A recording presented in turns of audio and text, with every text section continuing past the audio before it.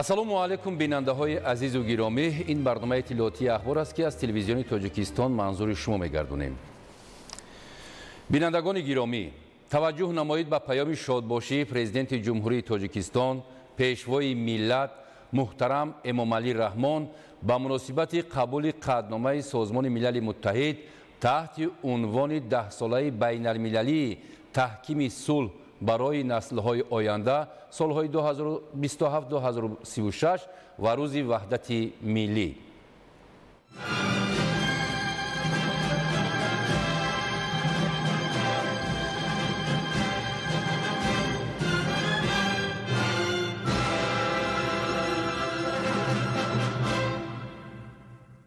ҳамватанони азиз, имрӯз барои ҷумҳурии Тоҷикистон ва мардуми сулҳпарвари ҷаҳон рӯзи таърихӣ ва хотирмон мебошад.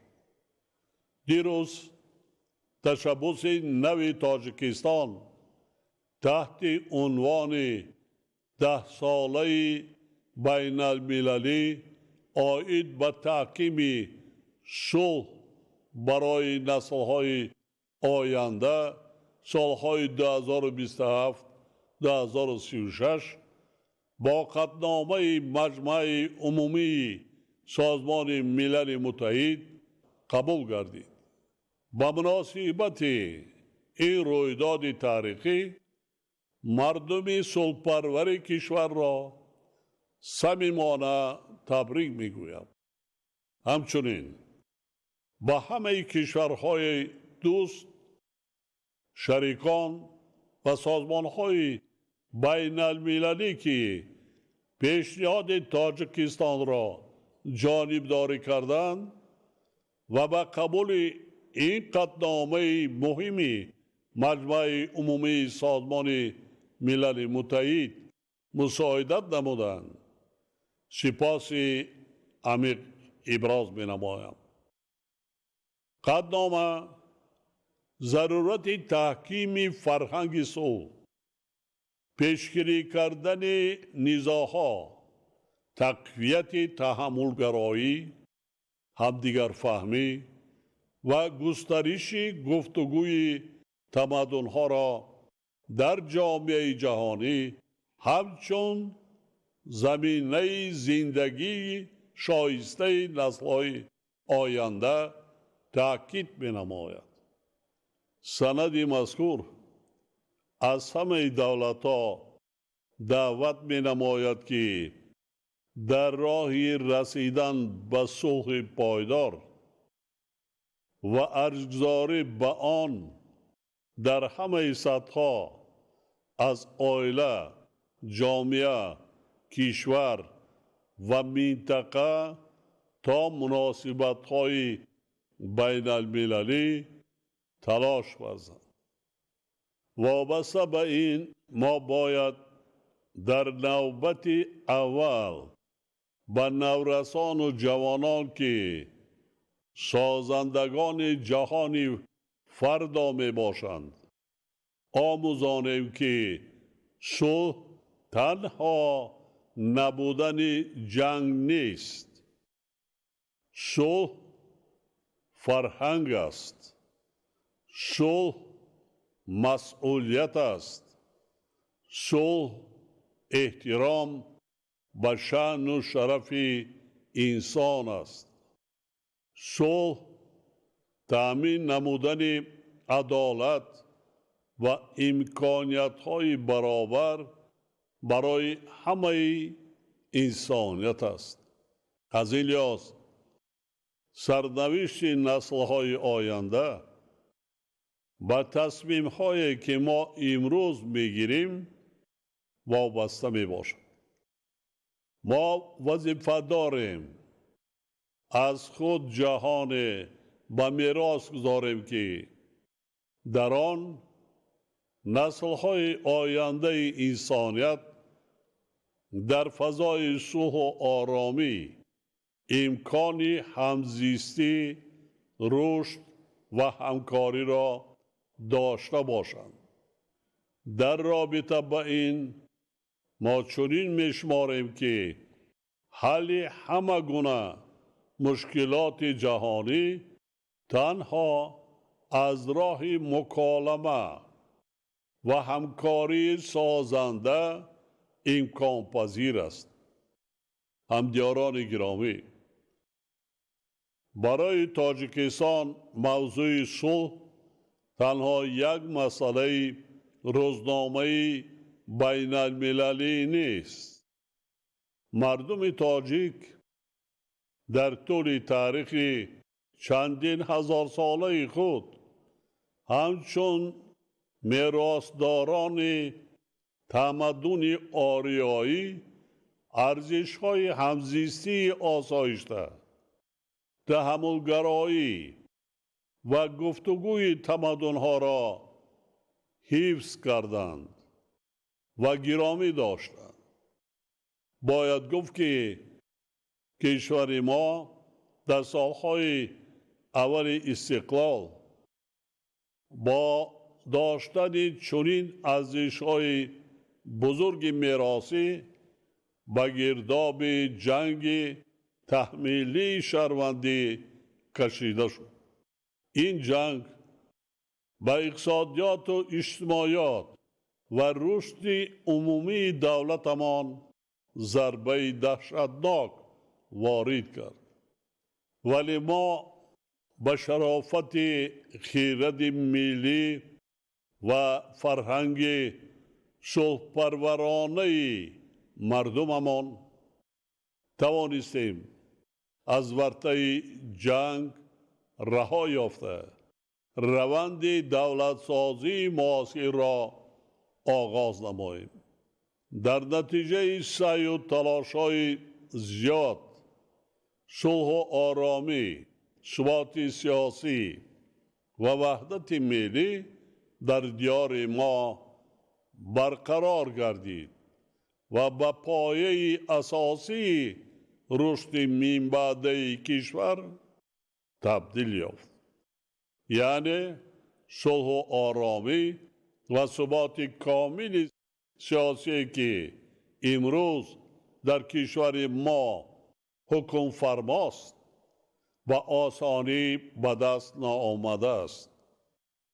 پیشرفت در همه ساحه‌های اقتصاد ملی، علم و معارف، تندرستی و فرهنگ و حفظ میراث تاریخی و فرهنگی، اینچنین نقش فعال در حل مسائل جهانی از جمله روزنامه بین المللی آب و حفظ پیریخ‌ها دستاوردهای می باشند که ما به آنها از برکت صلح و ثبات میسر گردیدیم. قابل ذکر است که سرچشمه پیشروی و تشبس‌های ما ارزش‌ها و عنعنه‌های دیرینه همزیستی آسایشته می باشد که در جامعه تاجیکان از زمانهای خیلی قدیم تشکل یافتند. سرزمینی که در مرز فرهنگ‌ها، زبان‌ها و عنعنه‌های گوناگون قرار داشت، در طول زمان با چهارراه‌های همزیستی و همکاری، تحملگرایی و ارزش‌گذاری به زبان و فرهنگ و عرف و عادت‌های همدیگر تبدیل یافت.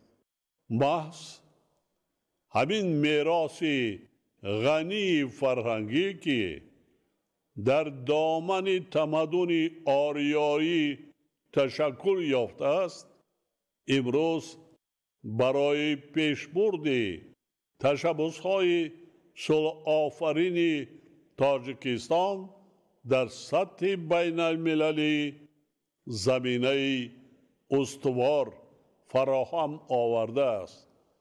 در این زمینه با ابتکار تاجیکستان و دستگیری کشورهای همفکر سال گذشته در کنفرانس جنرالی یونسکو قطعنامه استوانه کروش، اعلامیه ابتدایی حقوق بشر و گوناگون رنگی فرهنگی قبول گردید که از ریشه های عمیق تاریخی ارزش های صلح و همدیگر فهمی در تمدن باستانی اجداد ما گواهی می‌دهد.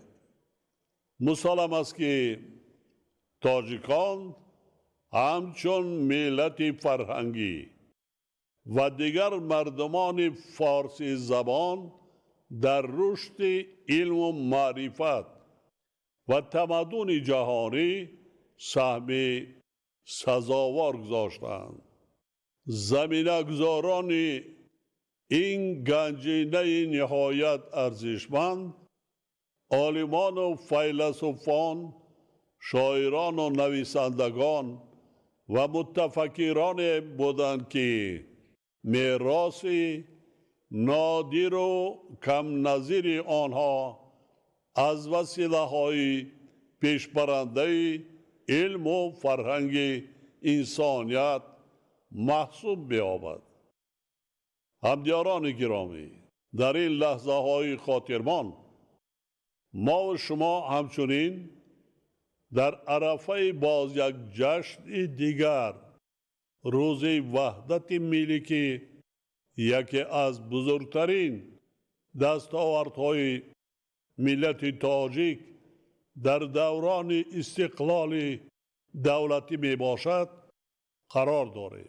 کل مردم شریف تاجیکستان و هموطنان برون مرزی ما را با افتخار این جشن نیز صمیمانه تبریک میگویم. امسال روز وحدت ملی که رمز پیروزی، صلح و آرامی، ثبات سیاسی و کفالت رشد بی‌سابقه کشورمان می باشد، در دوره آمادگی به جشن بزرگ و مقدس 35 سالگی استقلال دولتی برگزار می گردد. روز وحدت ملی در تاریخ نوین دولتداری تاجیکان صحنه واقعاً سرنوشت سازی به هم آیی و سرجمی ملت تاجیک و رسیدن به صلح و ثبات پایدار می باشد. ما مردم تاجیکستان ارزش بی‌بهای نعمت صلح و ثبات و وحدت و همدیگر فهمی را زمان درک کردیم که مخالفت‌های شدید سیاسی و جنگ تعمیلی شهروندی را از سر گذرانیدیم.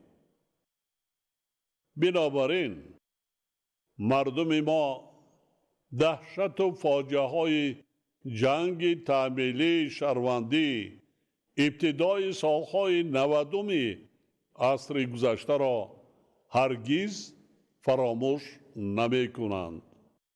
لازم به یادآور است که خشت اول بنای صلح و وحدت ملی ما هنوز در اجلاس 16 تاریخی و تقدیرساز شورای عالی کشور گذاشته شده بود. محض به شرافت صلح و آرامی، ثبات سیاسی و وحدت ملی در کشورمان زمینه با اعتماد حفظ استقلال دولتی و تمامیت ارضی تاجیکستان تازه استقلال گذاشته شد. وحدت ملی که غایه اساسی دولت نوبنیاد ما را تشکیل می‌دهد، شرط اساسی آرامی و آسایش مردم شریف کشور مهمترین عامل رشد جامعه و عملی گردیدن تمام نقشه و تدبیرهای سازنده ما می باشد.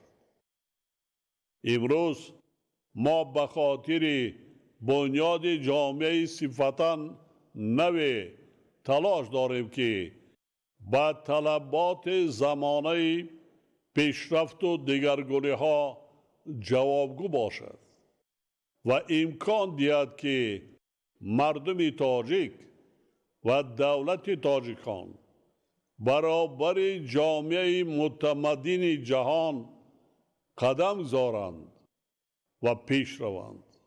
ما باید با مسئله بلند برداشتن سطح معرفتناکی جامعه و مخصوصاً نورسان و جوانان آموزش تکنیک و تکنولوژی های معاصر، رقمی کرانی، ذهن صنعی، آماده کردن کادرهای سطح بلند کسبی و جوابگوی به طلبات زمان معاصر اعتبار اولین درجه و دائمی دهیم.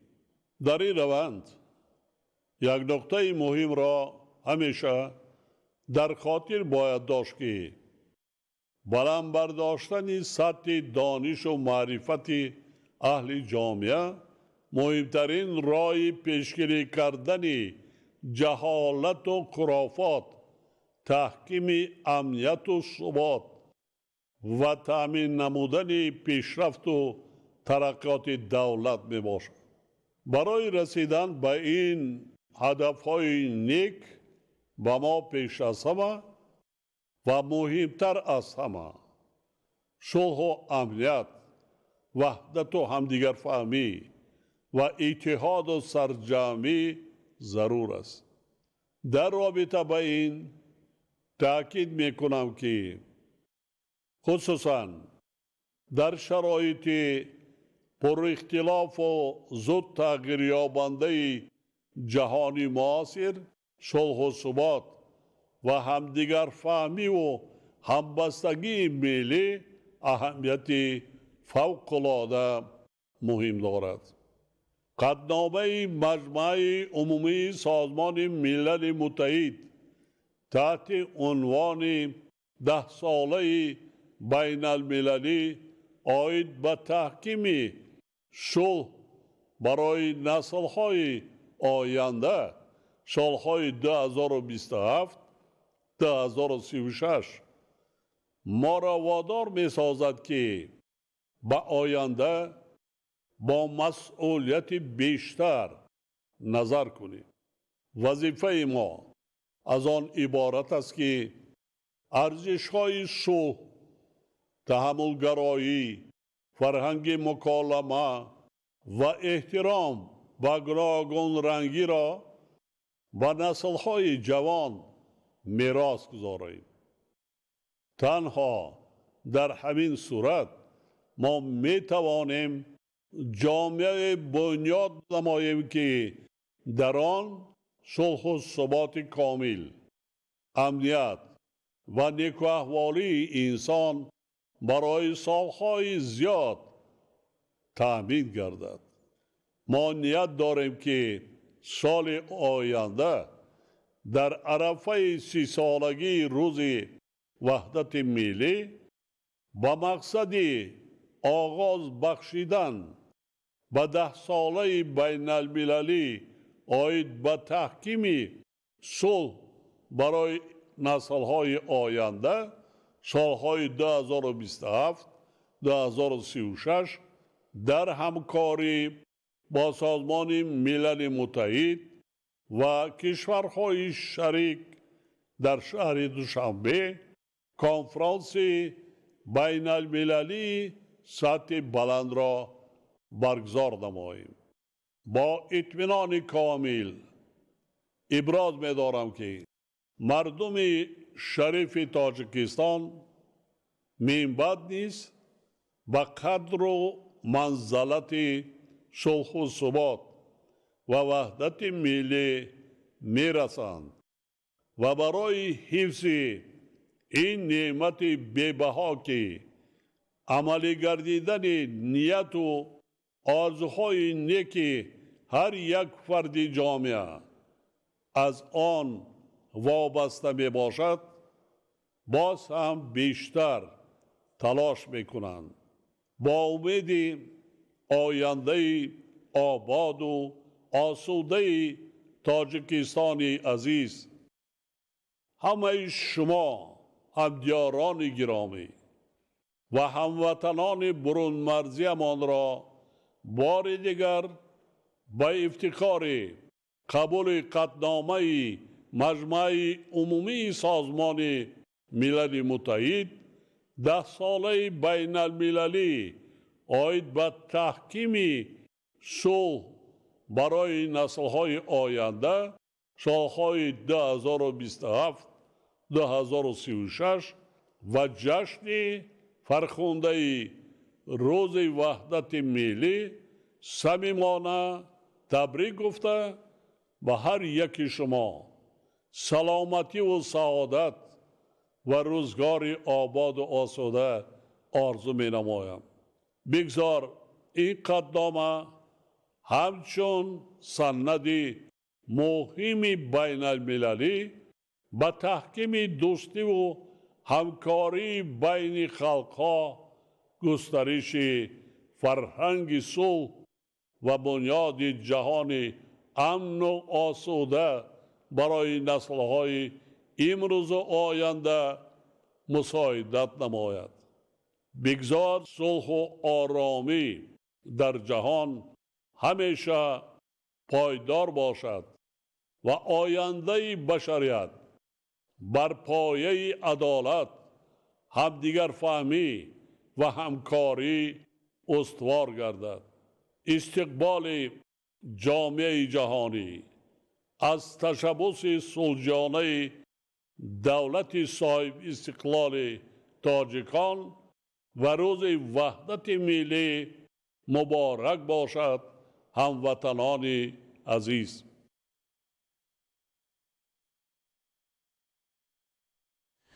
بگاهی 25 میلیون مجمع عمومی سازمان ملل متحد قطعنامه مخصوص را از روی پیشنهاد پرزیدنت جمهوری تاجیکستان پیشوای ملت محترم امامعلی رحمان زیر عنوان 10 ساله بین المللی تحکیم صلح به خاطر نسل‌های آینده قبول نمود. توسط قطعنامه مذکور دولت‌های عضو عهده‌داری مشترک خود را جهت پیشبرد صلح، مکالمه و همبستگی بین نسل‌ها همچون پایه‌های مهمی تأمین نیک و احوالی نسل‌های آینده تصدیق کردند. شرح بیشتر در تهیه همکاران ما. اینک باز یک اقدام و تشبث پرزیدنت جمهوری تاجیکستان پیشوای ملت محترم امامعلی رحمان درباره اعلان کردن 10 ساله بین المللی صلح برای نسل‌های آینده جهانی شد. این تشبث نوی تاجیکستان با قطعنامه مجمع عمومی سازمان ملل متحد قبول گردید. Resolution A/80/L54 is adopted.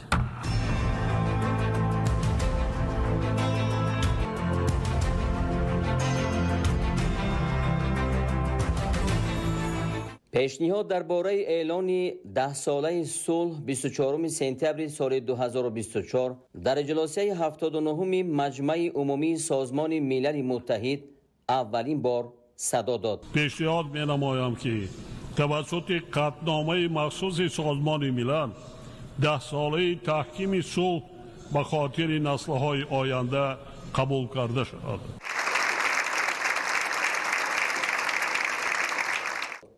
این تشبث از تجربه صلح‌سازی و وحدت آفرینی مردم تاجیک که جنگ تحمیلی شهروندی را از سر گذرانده است سرچشمه می‌گیرد.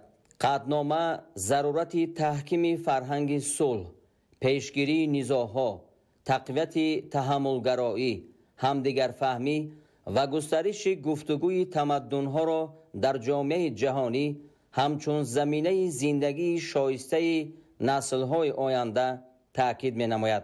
با قبول قطعنامه مخصوصی سازمان ملل متحد درباره اعلان کردن 10 ساله بین المللی صلح برای نسل‌های آینده، تاجیکستان به جهانیان درسی صلح می‌دهد. ما تاجیکان از جنگ شهروندی سبق گران گرفتیم.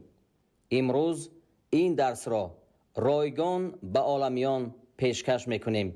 این تحفه ارزشمند محترم امام علی رحمان به اهل بشر خواهد بود. مایه افتخار و سرفرازی ما است که پرزیدنت جمهوری تاجیکستان محترم امام علی رحمان به جامعه جهانی بار دیگر پیشنهاد نمودند که با مقصد تأمین صلح پایدار در تمام کره زمین و خاتمه بخشیدن بر رنج و عذاب آدمان بر اثر جنگ‌ها و پیامد دهشتبار آن، قطعنامه درباره 10 ساله تحکیم صلح به خاطر نسل‌های آینده قبول کرده شود. تشبث پرزیدنت جمهوری تاجیکستان محترم امام علی رحمان درباره اعلان نمودن 10 ساله صلح نظیر ندارد. در جهان پر از نزاع تاجیکستان به عالم دستی صلح دراز کرد، چون که ما خود جنگ شهروندی را دیده ارزش والای صلح را بهتر می‌دانیم. صلح و اعتماد امکان می‌دهند که مشکلات پیچیده جهان امروزه در فضای همدیگر فهمی و مسئولیت مشترک حل خود را پیدا نمایند. صلح تنها نبودن جنگ نیست. صلح فرهنگ است. صلح مسئولیت است. صلح احترام به شأن و شرف انسان است. صلح تأمین نمودن عدالت و امکانیت‌های برابر برای همه انسانیت است. قطعنامه از همه دولت‌ها دعوت می‌نماید که در راه رسیدن به صلح پایدار و ارجگذاری به آن در همه سطح‌ها از عائله، جامعه، کشور و منطقه تا مناسبت‌های بین المللی تلاش ورزند. این نه تنها یک پیشنهاد است، این دیپلماتیای صلح تاجیکی است. تاجیکستان همیشه طرفدار حل همه نزاع‌ها تنها با راه‌های سیاسی و دیپلماتی است. فرمولای صلح محترم امام علی رحمان که بعد خاموش کردن آتش جنگ شهروندی کشف کرده شد، امروزها مورد آموزش اهل بشر قرار دارد. سرور دولت ما محترم امام علی رحمان تنتنه صلح را گرو تأمین عدالت، برابری، احترام حقوق و آزادی های انسان می دانند. بنا به تأکید راهبر دولت تاجیکستان، جامعه جهانی به این ارزش والا باید با تکیه به اعتماد، گفتگو و همکاری مناسبت احتیاطکارانه داشته باشد. در ماده 11 کنستیتوسیون جمهوری تاجیکستان آمده است که تاجیکستان سیاست صلحجویانه را در عمل تطبیق کرده، صاحب اختیاری و استقلالت دیگر دولت‌های جهان را احترام و تشویقات جنگ را منع می‌کند.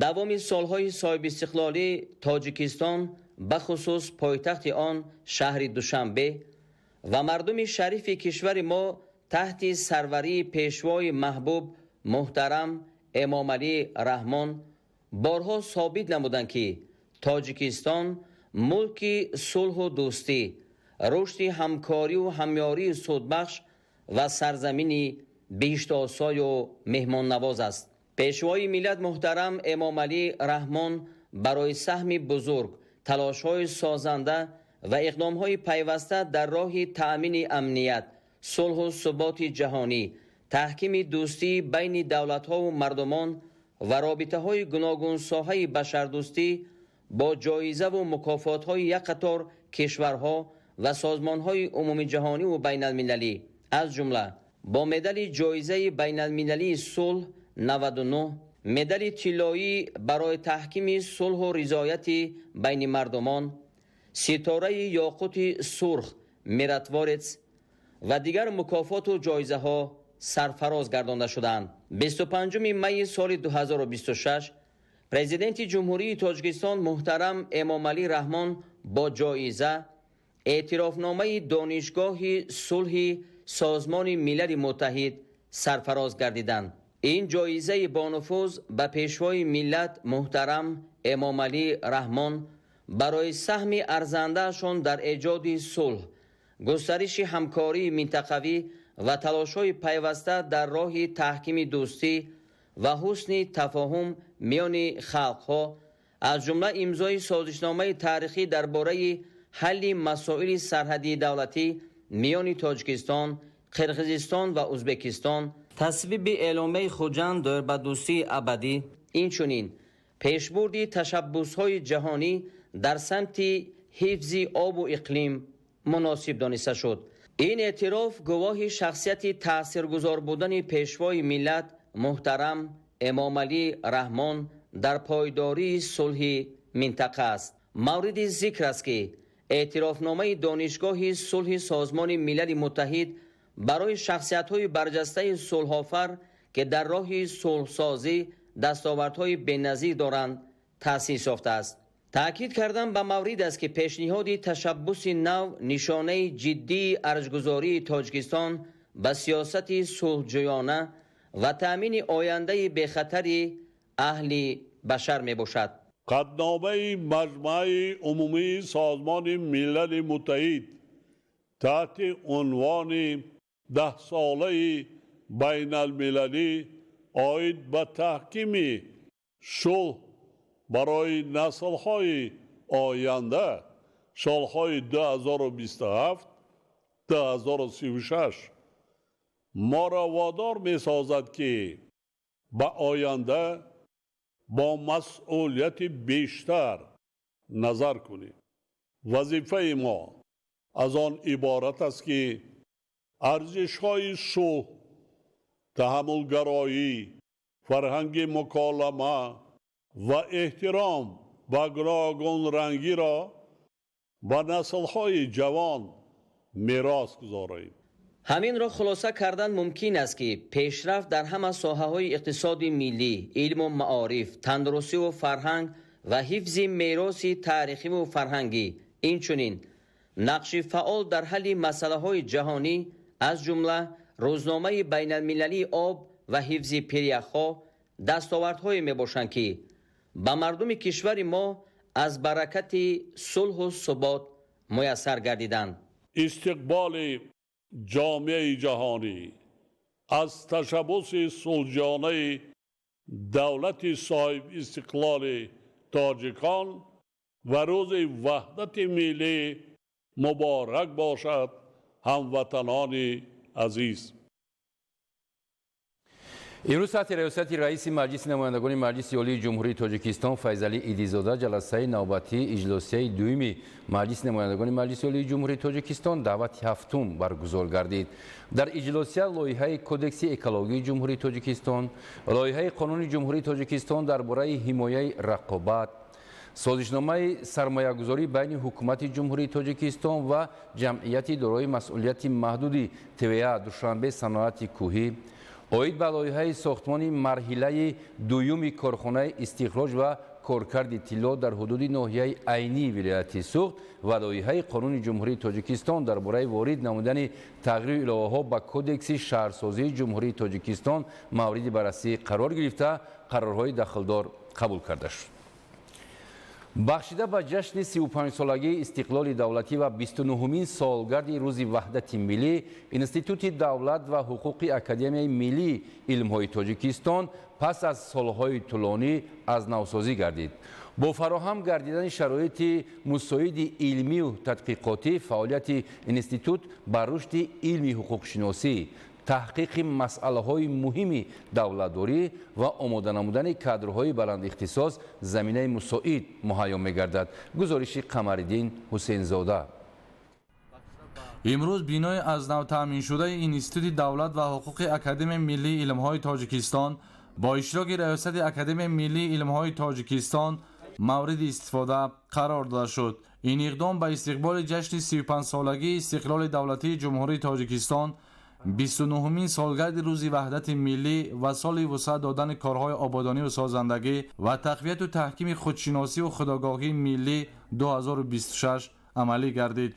با دستگیری پرزیدنت جمهوری تاجیکستان پیشوای ملت محترم امامعلی رحمان، اینستیتوت دولت و حقوق اکادمی ملی علمهای تاجیکستان دوباره تأسیس داده شده. با فراهم گردیدن شرایط مساعد علمی و تحقیقاتی، فعالیت آن جهت رشد علم و حقوق شناسی، تحقیق مسئله های مهم دولتداری و آمادن نمودن کادرهای بلند اختصاص باز هم تقویت خواهد یافت. بعد از نوسازی برای فعالیت علمی، تحقیقات معاصر، تربیه عالمان جوان و گسترش همکاری‌های بین‌المللی شرایط باز هم بهتر فراهم گردیده. این مرکز منبع در رشد علمی حقوق شناسی تاجیکستان و پیشنهاد توصیه‌های علمی برای تکمیل قانونگذاری ملی سهم نظر است خواهد گذاشت. اینستیتوت در فعالیت خود تحقیقاتی بنیادی و عملی را دایر به مسائل دولت و حقوق در آماده نمودن کادرهای علمی بلند اختصاص در سمت علم‌های حقوق شناسی تبدیل‌ها می‌اندیشد. همکاری علمی با عملیه را تامین می‌نماید. اینستیتوت فعالیت خود را در اساس کنستیتوسیون جمهوری تاجیکستان، قانون جمهوری تاجیکستان درباره اکادمی ملی علم‌های تاجیکستان، دیگر سندهای معیاری حقوقی جمهوری تاجیکستان، سندهای حقوقی بین‌المللی که جمهوری تاجیکستان آنها را اعتراف کرده است و راه می‌ماند. یادآور می‌شویم که در این اینستیتوت 48 نفر با کار تامین بوده. از میان آنها 25 نفر صاحب درجه علمی، 1 نفر اکادمیک اکادمی ملی علمهای تاجیکستان، 16 نفر دکتر علم و 9 نفر نامزد علم فعالیت دارند. شعبه فرهنگ‌نگاری و اصطلاحات میباشد که تاریخی دور دراز دارد و از سال 1932 سرچشمه میگیرد. در گنجینه این شعبه حدود تخمینا 5 میلیون واژه و گونه‌های گوناگون کلمه‌های دیگر جمع‌آوری شده است که در اینجا اکثریت دانشمندان بزرگ تاجیکستان سهم خود را گذاشتند و در این شعبه کار کردند. همزمان در اینستیتوت زبان و ادبیات به نام ابو عبدالله رودکی اکادمی ملی علمهای تاجیکستان گنجینه شعبه فرهنگ‌نگاری و اصطلاح بعد از سالهای زیاد از نو تامین و نوسازی گردیده مورد استفاده قرار داده شد. ذخیره برگه مثالهای گنجینه از ادبیات کلاسیکی تاجیک و فارس و آثار بدیعی ادیبان معاصر تاجیک و فارس، اثرهای سیاسی و اجتماعی، علمی، کتابهای درسی، مطبوعات دوری، ترجمه اثرهای ادیبان بزرگ جهان و غیره ترکیب یافته امروز به زیاده از 40 میلیون میرسد. ندانستن فرهنگ رانندگی و خودنمایی هنگام راندن واسطه‌های نقلیات باعث سر زدن حادثه‌های ناخوش نقلیاتی می‌گردد.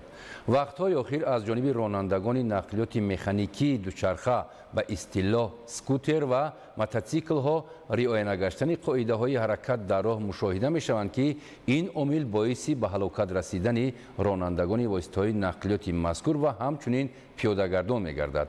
شرح بیشتری موضوع در تهیه همکاران ما.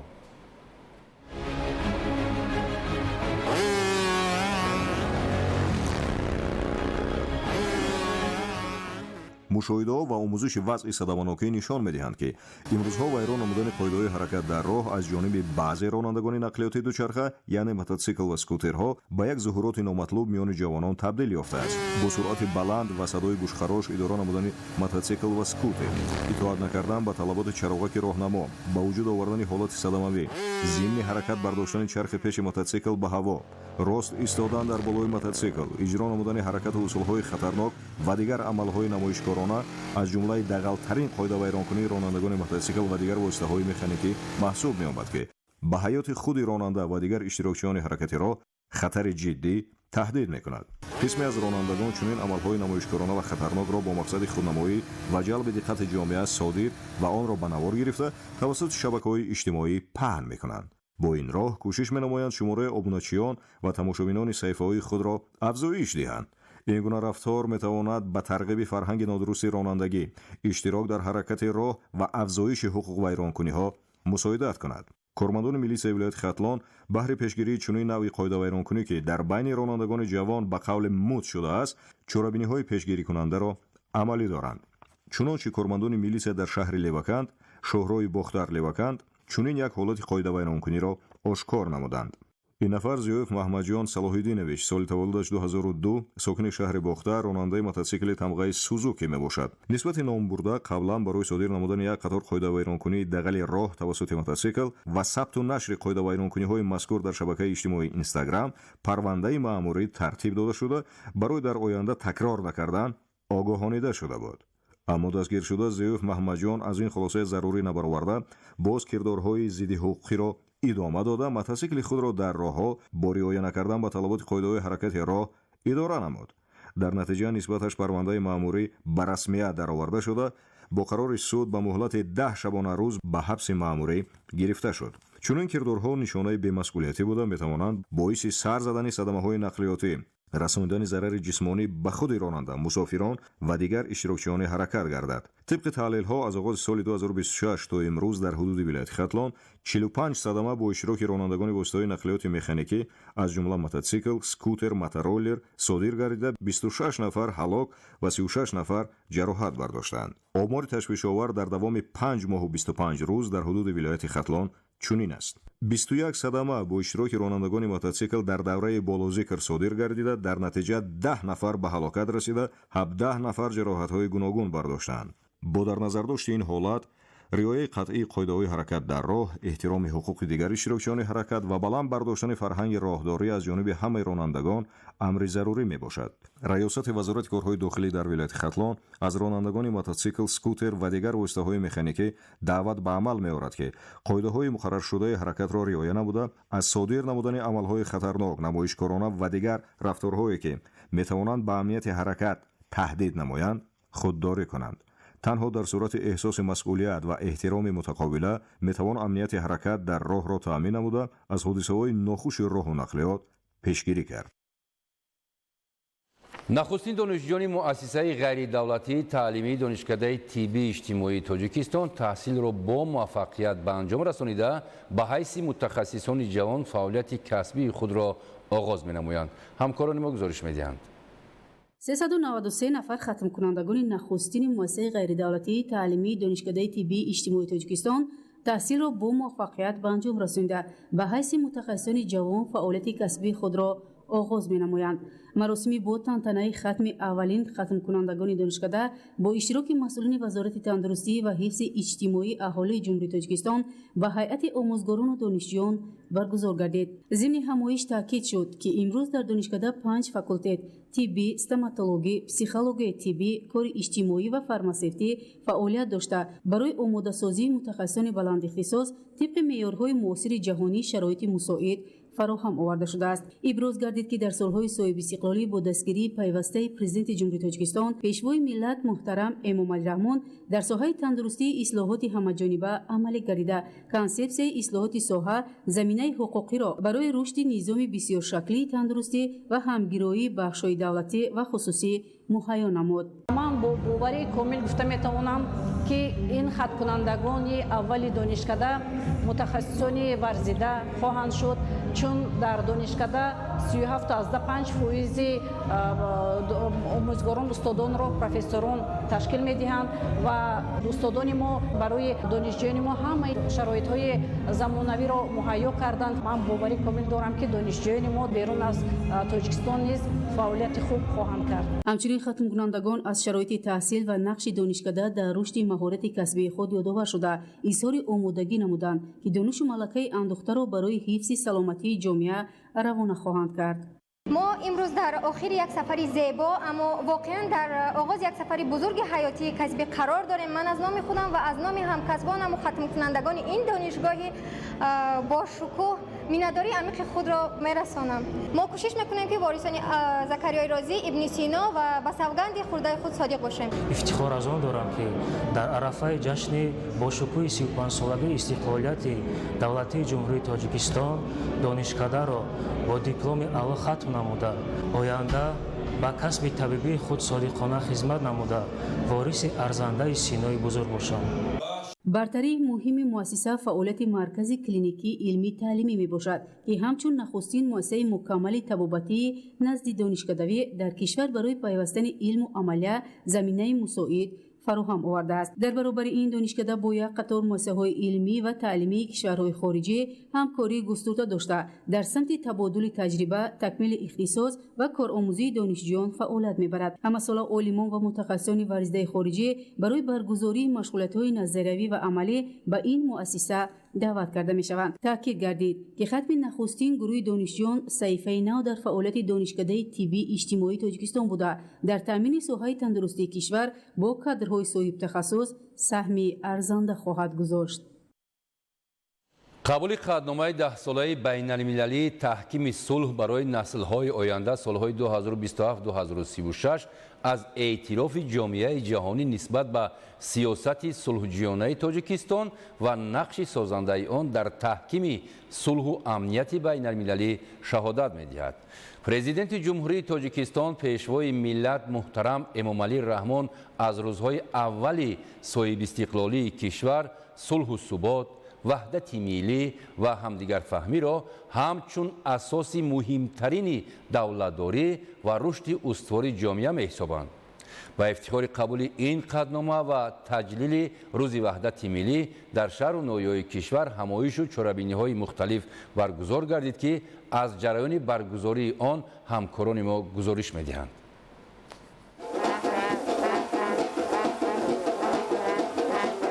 با ابتکار مقامات اجرایی حاکمیت دولتی شهر دوشنبه در باغ ابو عبدالله رودکی چرابینی تنتنوی فرهنگی معرفتی بخشیده به قبول قطعنامه سازمان ملل متحد دایر به اعلان گردیدن سالهای 2027-2036 10 ساله بین المللی اوید به تحکیم صلح برای نسل‌های آینده برگزار گردید. در همایش مسئولان مقامات اجرایی حاکمیت دولتی شهر دوشنبه، حزب خلقی دموکراتی تاجیکستان، نفران کسب و کار گوناگون و ساکنان و مهمانان شهر دوشنبه اشتراک نمودند. تشبث نو جمهوری تاجیکستان اوید به اعلان 10 ساله بین المللی اوید به تحکیم صلح برای نسل‌های آینده سالهای 2027-2036 اقدام مهمی بین المللی در راه تحکیم صلح و ثبات و همکاری‌های سازنده ارزیابی گردید. ابراز شد که قطعنامه مذکور به تحکیم فرهنگ صلح، پیشگیری نزاع‌ها، تقویت تحملگرایی، همدیگر فهمی و گسترش گفتگوی تمدن‌ها روانه گردیده دولت‌ها را به تلاش‌های مشترک برای تامین صلح پایدار و زندگی شایسته نسل‌های آینده دعوت می‌نماید. گفته شد که برای تاجیکستان صلح نه تنها یک مسئله روزنامه بین المللی بلکه ارزش بنیادی و تجربه تاریخی دولتداری میباشد. چرابینی در فضای تنتنوی برگزار گردیده اهمیت تشبث‌های بین المللی جمهوری تاجیکستان را در تحکیم صلح و امنیت و همکاری سازنده جهانی بار دیگر بازگو نمود. در قسمت فرهنگی چرابینی سرود و ترانه‌های وطن دوستانه و ترنمگر صلح و وحدت پیشنهاد گردید. امروز در شهر دوشنبه با ابتکار حزب خلقی دموکراتی تاجیکستان همایش علمی معرفتی تحت عنوان فرهنگ صلح تاجیکان نمونه صلح در جهان برگزار گردید. در همایش نمایندگان مقامات دولتی، اعضای حزب، عالمان و آموزگاران، جوانان و فعالان جامعه اشتراک نموده دایر به اهمیت صلح و ثبات، وحدت ملی و نقش آنها در رشد استوار جمهوری تاجیکستان اندیشه‌رانی نمودند. ضمن برگزاری چرابینی تاکید گردید که صلح و وحدت از مهمترین دستاوردهای دوران صاحب استقلالی تاجیکستان بوده محض در فضای آرام آسایشته کشور به پیشرفت‌های نظررس در ساحه اقتصادیات، اجتماعی، فرهنگ و علم نائل گردیده است. اشتراکچیان فرهنگ صلح تاجیکان را همچون تجربه نادر همدیگر فهمی و آشتی ملی ارزیابی نموده آن را نمونه عبرت برای جامعه جهانی دانستند. در رفت همایش معروضچیان اینچنین اوید به نقش جوانان در تحکیم صلح و ثبات، حفظ وحدت ملی، احترام بر ارزش‌های ملی و پیشگیری ظهورات نامطلوب جامعه ابراز نظر نمودند. در انجام چرابینی اشتراکچیان ابراز داشتند که حفظ صلح و ثبات، تحکیم وحدت ملی و تربیت نسل جوان در روحیه وطن دوستی و خودشناسی وظیفه مقدس هر یک شهروند تاجیکستان میباشد. روز وحدت ملی که یکی از جشن‌های باشکوه دولت و مردم تاجیکستان به حساب می‌رود در وزارت مدافع جمهوری تاجیکستان با تنتنه خاص تجلیل کرده شد. ارتش ملی نه تنها سپری با اعتماد حمایت از مرز و بوم کشور است بلکه همچون مکتب وطن دوستی، خودشناسی ملی، جسارت و مردانگی و تحکیم بخش یکپارچگی جامعه به شمار می‌رود که قدم به قدم با وحدت ملی رشد و انکشاف می‌یابد. در جریان روند مذاکرات و برقراری صلح محض موجودیت ارتش کفیل امنیت مردم آسایشته بود. از روزهای نخستین تأسیسیابی ҷанубӣ артиши миллӣ ба ҳайси сутуни боэътимоди давлатдорӣ дар таҳкими суботу оромӣ, ваҳдати миллӣ ва фазои сулҳу созиш саҳми бевосита гузошт. мазд бо садоқатмандии афсарону сарбозон мардуми шарифи тоҷикистон таҳти роҳбарии пешвои муаззами миллат тавонистанд 27 июни соли 1997 дар фазои оромона созишномаи умумии истиқрори сулҳ ва ризоияти миллиро ба имзо расонанд ва дар роҳи таҳким бахшидани давлати ҳуқуқбунёд, дунявӣ ва демократӣ қадамҳои устувор гузоранд. бо назардошти муҳимияти ваҳдати миллӣ барои ҷомеа ва ҳифзу гиромидошти он, бедор намудани ҳисси меҳанпарастӣ ва ҳифзи арзишҳои милливу давлатӣ дар байни афсарону сарбозони қувваҳои мусаллаҳи ҷумҳурии Тоҷикистон, мактаби ҷасорату мардонагӣ Президенти ҷумҳурии Тоҷикистон, пешвои миллат муҳтарам Эмомалӣ Раҳмон пайваста омӯзонида мешавад. ин ҳамбастагӣ худ намунаи равшани ваҳдати воқеии миллӣ аст ки дар амал татбиқ мешавад. ҳамин тавр дар идомаи ҷамъ омад бо рӯҳияи шукргузорӣ аз ваҳдату ҳамдилии миллӣ дастаҳои варзишии ҷузу томҳои ҳарбии вазорати мудофиа ки дар мусобиқаҳои варзишӣ ба муносибати рӯзи ваҳдати миллӣ маҳорати баланд нишон дода сазовори ҷойҳои ифтихорӣ гардиданд, бо ҷоми мусобиқа сипоснома ва дигар тӯҳфаҳои хотиравӣ сарфароз гардонида шуданд. дар маҷлисгоҳи бинои дастгоҳи марказии агентии назорати давлатӣ, молиявӣ ва мубориза бо коррупсияи ҷумҳурии Тоҷикистон бо иштироки масъулин ва ҳайати васеи кормандон бахшида ба таҷлили рӯзи ваҳдати миллӣ ҷамъомади тантанавӣ баргузор гардид. масъулини агентӣ зимни чорабинӣ иброз намуданд ки дар арафаи таҷлили ҷашни ваҳдати миллӣ дар Тоҷикистон 25 июни соли 2026 дар асоси пешниҳоди президенти ҷумҳурии Тоҷикистон, пешвои миллат муҳтарам Эмомалӣ Раҳмон аз ҷониби маҷмаи умумии созмони милали муттаҳид қадномаи махсус зери унвони 10-солаи байналмилалии таҳкими сулҳ ба хотири наслҳои оянда қабул карда шуд. ин воқеа боз як далели равшани он аст ки таҷрибаи сулҳофаринӣ ва ваҳдатофарии пешвои миллат муҳтарам Эмомалӣ Раҳмон ки дар Тоҷикистон ба барқароршавии сулҳу ризояти миллӣ ва таҳкими давлатдории навин заминаи мустаҳкам гузошт, имрӯз дар сатҳи байналмилалӣ низ ҳамчун намунаи арзишманд эътироф мегардад. агар 27 июни соли 1997 барои мардуми Тоҷикистон оғози марҳилаи нави сулҳу созандагӣ бошад, пас қабули ин қаднома аз ҷониби Созмони Милали Муттаҳид гувоҳи он аст ки ғояҳои сулҳпарваронаи пешвои тоҷикони ҷаҳон аз доираи як кишвар фаротар рафта ба рӯзномаи ҷомеаи ҷаҳонӣ табдил ёфтааст. қабули қадномаи мазкур бо ташаббуси навбатии роҳбари давлат дар маҷмаи умумии Созмони Милали Муттаҳид ба шароите рост меояд ки дар минтақаҳои гуногуни сайёра миллионҳо нафар мардуми осоишта ба хавфу таҳдидҳои гуногуни амниятӣ ва ҷангҳои хонумонсуз дучор мебошанд. аз ин рӯ ин падида мояи ифтихори ҳар як шаҳрванди Тоҷикистон буда бори дигар собит месозад ки сиёсати хиратмандона, сулҳҷӯёна ва ваҳдатофари пешвои миллат муҳтарам Эмомалӣ Раҳмон на танҳо барои пешрафти кишвари азизамон, балки барои таҳкими сулҳу субот дар ҷаҳон низ хизмат менамояд. ҳамзамон иштирокчиён роҷеъ ба паҳлӯҳои гуногуни ваҳдати миллӣ ибрози андеша намуда онро муҳимтарин дастоварди таърихи навини миллати сулҳпарвару фарҳангдӯсти тоҷик арзёбӣ намуданд. дар идомаи ҷаласа ба хотири арҷгузорӣ ба ин дастоварди муҳим ба ҳайати шахсии мақомот филми кӯтоҳи ҳуҷҷатӣ вобаста ба рӯзи ваҳдати миллӣ ба намоиш гузошта шуд.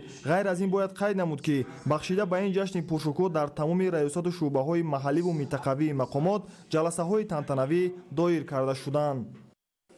яке аз дастовардҳои бузурги даврони истиқлолият барқарор намудани сулҳу субот ва ваҳдати миллӣ мебошад ки имрӯз ҳамчун муҳимтарин арзиши давлатдорӣ ва сарчашмаи пешрафти ҷомеа эътироф шудааст.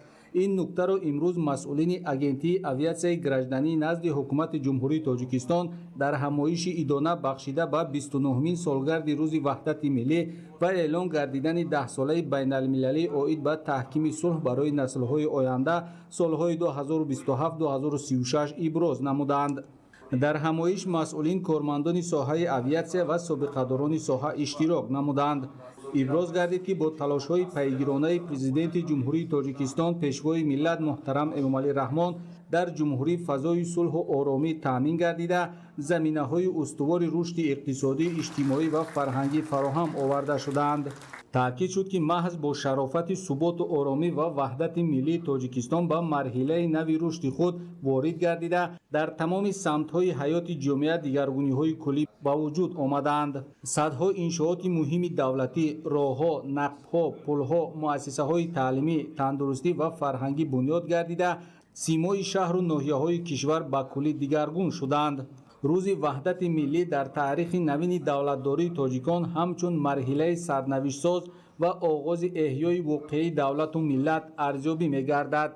همزمان مسئولین تشبث نوی تاجیکستان 10 ساله بین المللی عاید به تحکیم صلح برای نسل‌های آینده سال‌های 2027-2036 که با قطعنامه مجمع عمومی سازمان ملل متحد قبول گردید، ادامه منطقی سیاست صلح‌جویانه سرور دولت تاجیکستان محترم امامعلی رحمان ارزیابی نمود. زیرا این سند از همه دولت‌ها دعوت می‌نماید که در راه رسیدن به صلح و پایداری و ارزگذاری به آن در همه سطح‌ها از عائله، جامعه، مملکت و منطقه تا مناسبت‌های بین المللی تلاش نمایند. در وزارت صنعت و تکنولوژی‌های نو جمهوری تاجیکستان با مناسبت قبول قطعنامه سازمان ملل متحد تحت عنوان 10 ساله بین المللی تحکیم صلح به خاطر نسل‌های آینده سال‌های 2027-2036 و روز وحدت ملی همایش تنتنوی دایر گردید. در چاره‌بینی مسئولین وزارت، کارمندان و سابقه‌داران ساحه اشتراک نمودند. ضمن برگزاری چاره‌بینی ابراز شد که امروز جمهوری تاجیکستان همچون کشور صلح‌پرور و تشبثکار مسائل مهم جهانی در عرصه بین المللی موقع شایسته کسب نموده است. قبول قطعنامه سازمان ملل متحد ادامه منطقی اقدام‌های بین المللی جمهوری تاجیکستان بوده نفوذ و آبروی کشور را در عرصه جهانی باز هم تحکیم می‌بخشد. در ادامه تاکید گردید که وحدت ملی برای ملت سربلند و فرزانه و متمدن تاجیک به یک مکتب اعتماد بخش و تقدیرساز تبدیل یافته به طور همیشگی وارد روزگار ما شد و پایه‌های دولتداری و دولتسازیمان را باز هم تحکیم بخشید. خلق تاجیک محض با شرافت به دست آوردن صلح و ثبات و تحکیم وحدت ملی توانست دولت صاحب استقلال خود را از خطر پراکندگی امنی نگاه داشته برای رشد استوار اقتصادی، اجتماعی، فرهنگی و علمی زمینه‌های مساعد فراهم آورد. امروز جمهوری تاجیکستان در عرصه بین المللی همچون دولت صلح‌خواه و تشبثکار شناخته شده دستاوردهای نظررس در سمت‌های گوناگون حیات جامعه محصول سیاست خردمندانه و وحدت پایداری ملی ارزیابی می‌گردد. مورد به ذکر خاص است که وحدت ملی همچون دستاورد بزرگ تاریخی و عامل اساسی بقای دولتداری ملی من بعد نیز باید همچون ثروت بی‌بهای ملت حفظ و تحکیم بخشیده شود. امروز در خدمات گمرکی نزد حکومت جمهوری تاجیکستان نیز با مناسبت روز وحدت ملی چاره‌بینی تنتنوی راه‌اندازی گردید. در جمع‌آمد ایدانه با اشتراک زیاییان و کارمندان ساختارهای خدمات گمرکی نزد حکومت جمهوری تاجیکستان ذکر گردید که وحدت ملی تحکیم بخش ارزش‌های صاحب استقلالی و رکن‌های مهم دولتداری بوده در تامین رشد اقتصادی و اجتماعی کشور نتیجه‌های نظررس را به بار آورد. در این روز در موضوع وحدت ملی و خدمت‌های شایان پرزیدنت جمهوری تاجیکستان پیشوای ملت محترم امامعلی رحمان در تحکیم صلح معروضه‌های علمی کرده شد. تجربه نادر صلح‌آفرین امروز محک آموزش‌های نه تنها سازمان‌های بین‌المللی بلکه از سوی بسیار دایره‌های سیاسی بوده مورد تحقیق و عمل قرار دارد. واقعاً هم صلح تاجیکان با پایداریش بهترین تجربه و ارزشمندترین دستاورد جامعه بشری دانسته می شود. حالت‌های امروزه جهان ما را وادار می‌سازد که با تعلیم و تربیت جوانان دقت باز هم بیشتر داده احساسات خودشناسی و وطندوستی آنها را توسط دانش و معرفت تقویت بخشیم. وحدت را که دستاورد بی‌نظیر ملت است جاویدان استوار و پابرجا نگاه داریم. در ادامه همایش در وضعیت تنتنوی یک گروه کارمندان خدمات با مکافات‌های صحاوی و سپاسنامه سرفراز گردانیده شدند. با شکرگزاری از زحمت و جانثاری‌های پیشوای ملت محترم امامعلی رحمان و شادمانی همساله روز وحدت ملی با افتخار و فرحمندی تجلیل می‌گردد. در طولار ریاست وزارت کارهای داخلی در ولایت مختار کوهستان بدخشان چاره‌بینی تنتنوی با اشتراک هیئت شخصی و جزو تام‌های مقامات میلیسیا برگزار گردید. تاکید گردید که وحدت ملی تنها صحنه تقویمی نیست بلکه رمز سرجمی، همدیگرفهمی، احترام متقابل و مسئولیت عمومی شهروندان در نزد دولت و ملت میباشد. محض با شرافت این ارزش مقدس تاجیکستان توانست از مرحله دشوار تاریخی گذشته به سوی صلح و ثبات، سازندگی و رشد استوار қадамҳои устувор гузорад. илова гардид ки дар солҳои баъди ба даст омадани сулҳ ва ризояти миллӣ дар кишвар шароити мусоид барои татбиқи ислоҳоти иқтисодӣ, иҷтимоӣ ва фарҳангӣ фароҳам гардид. дар натиҷа имрӯз Тоҷикистон ҳамчун давлати соҳибистиқлол ва рӯ ба рушд дар арсаи байналмилалӣ мавқеи шоиста пайдо кардааст. дар суханронӣ ҳамчунин қайд гардид ки фазои сулҳу ваҳдат барои фаъолияти самараноки мақомоти ҳифзи ҳуқуқ аҳамияти хоса дорад. маҳз дар шароити оромиву субот кормандони мақомоти корҳои дохилӣ метавонанд вазифаҳои хизматии худро дар самти таъмини тартиботи ҷамъиятӣ, ҳифзи ҳуқуқу озодиҳои шаҳрвандон, мубориза бо ҷинояткорӣ ва таҳкими амнияти ҷомеа бо масъулияти баланд иҷро намоянд. дар кохи рӯдакии шаҳри хуҷанд меҳвари андешаю афкори иштирокдорони тантанаи бошукӯҳи идонаро бахшида ба 29-мин солгарди рӯзи ваҳдати миллӣ ва қабули қатномаи маҷмаи умумии созмони милали муттаҳид зери унвони 10-солаи байналмилалии таҳкими сулҳ ба хотири наслҳои оянда солҳои 2027-2036 шукргузорӣ аз сулҳу суботи комил ва натиҷаи хизматҳои шоёни президенти ҷумҳурии Тоҷикистон пешвои миллат муҳтарам Эмомалӣ Раҳмон ки дар роҳи расидан ба сулҳу оромӣ, суботи сиёсӣ ва мустаҳкам намудани раванди ваҳдати миллӣ саҳми боризу арзанда доранд, ташкил медод. дар чорабинии идона ки шумораи зиёди намояндагони касбу кори гуногун иштирок доштанд, таъкид гардид ки сулҳу оромӣ ва ваҳдати миллӣ барои мо арзишҳои ҳаётан муҳиме мебошанд ки ба шарофати онҳо мардуми Тоҷикистон ҳоло ба хотири ободии ватан, пешрафти давлат, амалӣ намудани ҳадафҳои стратегии миллӣ ва осоиши ҳар як хонадон сарҷаму аҳлона заҳмат мекашанд. имрӯз ваҳдати миллӣ ба яке аз арзишҳои муҳими ҷомеа табдил ёфтааст ва масъалаи ваҳдату ягонагӣ дар кору фаъолияти давлат ва ҳар як фарди ҷомеа қадру манзалати баланд ва ҷойгоҳи муҳим дошта, мардуми Тоҷикистон ин арзиши миллиро ҳамеша гиромӣ медоранд ва онро ҳифз мекунанд. бино ба андешаи иштирокдорон таҷрибаи сулҳи тоҷикон ва таъмин намудани ваҳдати миллӣ на танҳо омили наҷоти миллати тоҷик гардид, балки ҳамчун як сабақи омӯзандаи тарихӣ ва таҷрибаи нодири ҳалли мухолифату низоъҳо аз ҷониби ҷомеаи ҷаҳонӣ ва созмонҳои бонуфузи байналмилалӣ эътироф карда шуд. ҳамин буд ки бегоҳии 25 июни соли равон маҷмаи умумии созмони милали муттаҳид қатномаи махсусро аз рӯи пешниҳоди президенти ҷумҳурии Тоҷикистон пешвои миллат муҳтарам Эмомалӣ Раҳмон зери унвони 10-солаи байналмилалии таҳкими сулҳ ба хотири наслҳои оянда солҳои 2027-2036 қабул намуд. дар идомаи чорабинӣ иброз гардид ки тамоми афроди ҷомеа аз хурд то бузург бояд ба қадри аҳамияти ҳаётии сулҳу оромӣ, суботи сиёсӣ ва ваҳдати миллӣ расанд ва ин неъмати бебаҳоро баробари дастоварди бузургтарини таърихи навини кишвари азизамон, яъне истиқлолу озодӣ, чун гавҳараки чашм, эҳтиёт ва ҳифз намоянд. чорабинии тантанавӣ ба ифтихори 29-мин солгарди рӯзи ваҳдати миллӣ ва қабули қатномаи маҷмаи умумии созмони милали муттаҳид зери унвони 10-солаи байналмилалии таҳкими сулҳ ба хотири наслҳои оянда бо барномаи рангину пурмуҳтавои консертии ҳунармандон ки таҷассумгари дастовардҳои даврони истиқлолии мамлакат буд, хушу хотирмон идома ёфт. дар ноҳияи варзо бахшида ба ҷашни рӯзи ваҳдати миллӣ ва қабули қадномаи 10-солаи байналмилалии таҳкими сулҳ барои наслҳои оянда ҳамоиши тантанавӣ баргузор гардид. дар чорабинии роҳбарияти мақомоти иҷроияи ҳокимияти давлатии ноҳия, фаъолони ҷомеа, собиқадорон, ҷавонон ва сокинони ноҳия иштирок намуданд.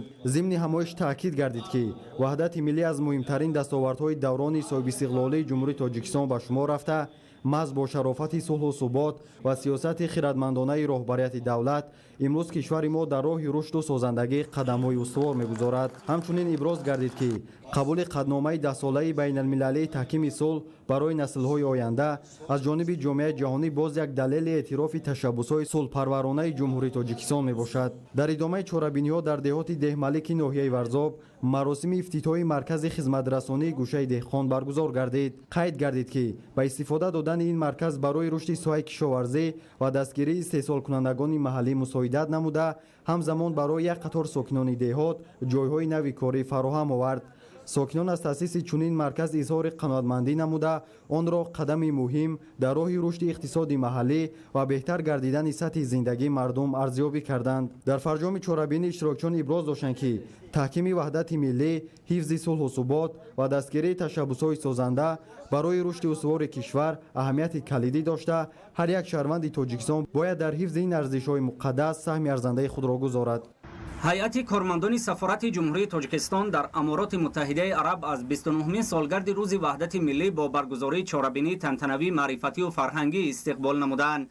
در چهاربینی جشنی هیئت نمایندگی دیپلماتی تاجیکستان در امارات متحده عرب شماره زیادی شهروندان جمهوری تاجیکستان از جمله نمایندگان دیاسپورای تاجیکان، صاحبکاران، دانشجویان، ورزشکاران، خادمان علم و فرهنگ و کارپوس دیپلماتی مقیم شهر ابوظبی اشتراک نمودند. اشتراکچیان چهاربینی تنتنوی معرفتی و فرهنگی نخست از نمایش لباس و اسباب‌های موسیقی، هنرهای مردمی و خوراک‌های ملی که با مقصد پیشبرد افکار وطن دوستی، هویت سازی، خودشناسی، احیای سنت‌های ملی، ارجگذاری به ارزش‌های تاریخی و فرهنگی نیاگان در دایره چهاربینی جشنی تشکیل گردید بازدید نمودند.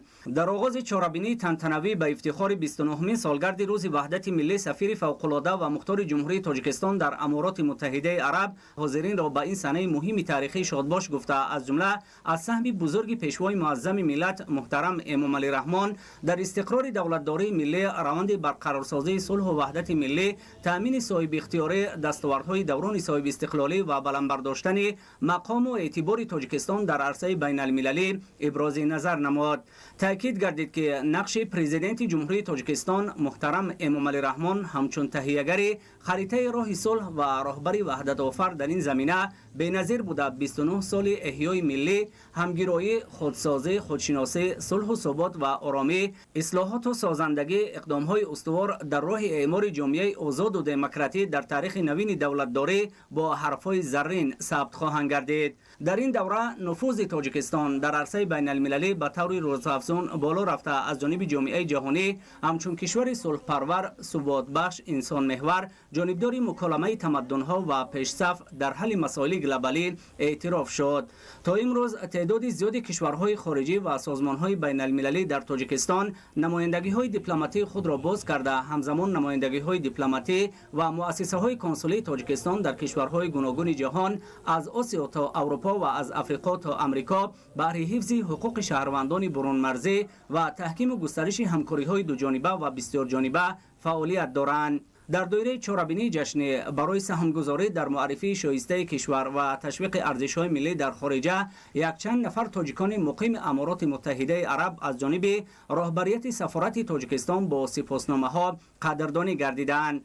در فرجام به خاطر بالیدروهی اشتراکچیان چهاربینی جشنی برنامه رنگین هنری هنرمندان صنعت و موسیقی تاجیک با ترنم ارزش‌های صلح و وحدت و دستاوردهای زمان صاحب استقلالی کشور پیشنهاد کرده شد. شکر سرور کشورمون جناب علی امام علی رحمان می نمایم که با ما جوانان چنین شرایط را بنیاد نمودند که ما امروز می توانیم در تمام